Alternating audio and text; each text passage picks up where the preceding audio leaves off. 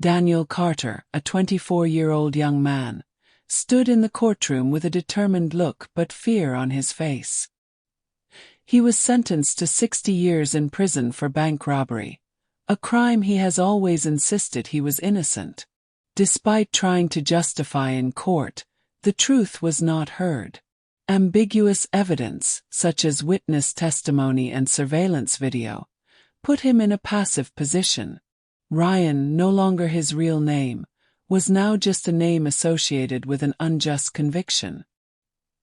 He couldn't understand why he was in this situation, even though he always insisted that he was not present at the scene of the robbery. But testimony from others and irrefutable evidence led to his conviction, and now he faces 60 years in prison, a bleak future full of injustice. His mood at that time, although he was tough before justice, but deep down, the disappointment and sadness about an unfair world of justice still made his heart tighten. During the trial, all eyes were on Daniel Carter, but all he could do was remain silent and stand firm in the face of the unchangeable convictions. Despite his innocence, Daniel was unable to change the outcome of the trial. Ambiguous evidence, such as vague witness testimony and unclear surveillance video, left him with no chance to prove his innocence. The slightest trace was against him. An anonymous call from an unknown person, a fingerprint on the gun, and even an identification from those who were present at the scene, all like a tight net that made it impossible for him to escape. Despite knowing the truth, Daniel feels trapped in a system that he cannot change. His mood is one of confusion and despair, when all his efforts are in vain. Every word of the judge and prosecutor was like a knife slash into his heart, making him even more desperate before a predetermined verdict. After the trial, Judge James Carter sat in his office, the warm yellow light only highlighting the messy piles of documents around him. Despite handing over the verdict and believing that justice has been served, a sense of insecurity still haunts him. That night, as he flipped through some of the files, he stumbled upon a detail in an old report that he had never noticed. It was an item of evidence from another case, a gun that coincided with the description of the gun in Daniel Carter's case. A strange, indescribable feeling crept into his mind when he realized that this item had never been included in the file of the case he had tried. Everything was suddenly not as simple as he thought. Something was going on, and he sensed the complexity of the case deepening. He slowly flipped through more documents, searching for the truth. Each page seemed to open up a new suspicion, which he could not ignore. His mood at this time was a torn struggle between reason and a sense of insecurity, as if everything was collapsing before his eyes. James Carter, the judge who once prided himself on his impartiality, is now facing a deep mental crisis. As he continued his investigation, the more he delved into the documents, the more he realized that Daniel Carter's case was not as simple as he thought. The feeling of insecurity in his heart grew bigger and bigger. An important piece of information was discovered. An anonymous call was supposed to come from an ordinary citizen, but after thorough investigation, he discovered that the call came from a disposable phone, which was registered under the name of a police officer. The more he learned, the more he noticed obvious discrepancies in the evidence and testimony. Suspicion began to rise, and he couldn't help but feel that he was being deceived. The truth he uncovered was not just a false case, but a sophisticated network of fraud and criminals within the very justice force he had once trusted. Feelings of shock and resentment overwhelmed his mind, but at the same time, he realized that he could not stop. He must continue to dig deep to expose the truth, even if it may put him in danger. Insecurity turned to determination, and he knew that the war with the system he had served for had only just begun. When James Carter sat in his dark office, the desk lamp shining on the scattered piles of documents, his mind unable to concentrate on his daily work. A heavy feeling envelopes, as if something is wrong lurking in the darkness of truth. Although he has worked in the industry for many years, he still cannot forget the case in which he convicted Daniel Carter, a decision that he seemed to have closed for good.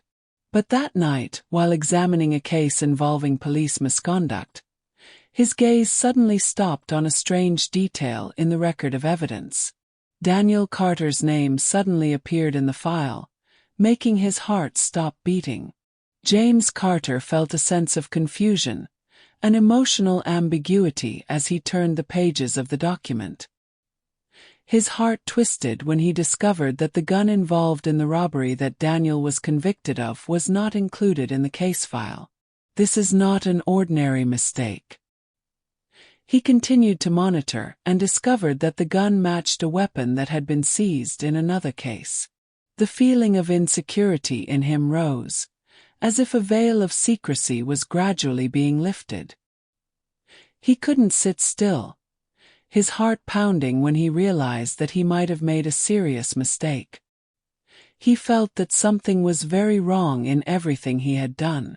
Determined not to let the truth pass undiscovered, James Carter stood up, his hands trembling but relentlessly searching for more information. He asked for detailed records of the old case and noticed that many pieces of the puzzle were gradually being revealed. The feeling of anxiety seemed to squeeze him. His actions are no longer just a search for information, but an uncompromising search for truth. Each discovery made him feel more guilty, but it also made him more determined. The system he once believed in is now crumbling in the light of clear evidence. When James Carter received new documents about the case, he couldn't stop thinking about what he had discovered. His mind was tense, full of anxiety. In the past few days, he has fallen into a state of insomnia, immersed in the pile of papers, reports, and evidence he has collected. Each time he flipped through a page, he felt more and more that he was approaching a dark secret that perhaps no one wanted to face. But he couldn't stop. He could not ignore this clear evidence. Guilt rose in him every time he thought of Daniel Carter and the years he had been absurdly robbed. Carter felt stressed and exhausted, but he persisted in seeking more evidence that could help confirm Daniel's innocence. One morning, while reviewing the documents, he discovered an audio tape that had gone unnoticed. It was an interview with a witness, a man who had confirmed Daniel as a suspect but had now changed his testimony. His sense of tension increased when he learned that this testimony had been coerced by a police officer named Detective Lewis. These details made James Carter even more angry and painful. He immediately asked for further investigation and, in a meeting with his old friend Daniel Hayes, he presented these evidences. Carter could feel Hayes' support, but his mood was no longer that of a calm judge, but of a man caught up in a whirlwind of truth.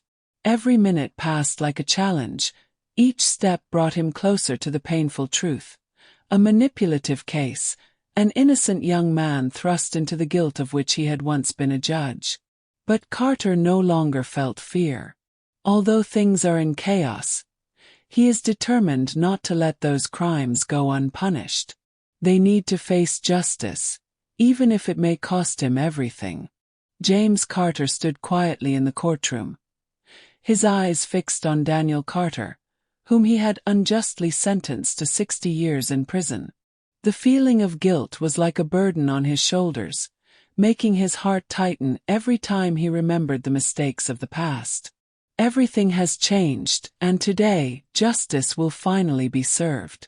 Although his career, his reputation, and all that he had built so long was in danger of collapsing, James Carter could not turn back. He sensed the hopeful gaze of Daniel, the man who had suffered so much for a crime he had not committed.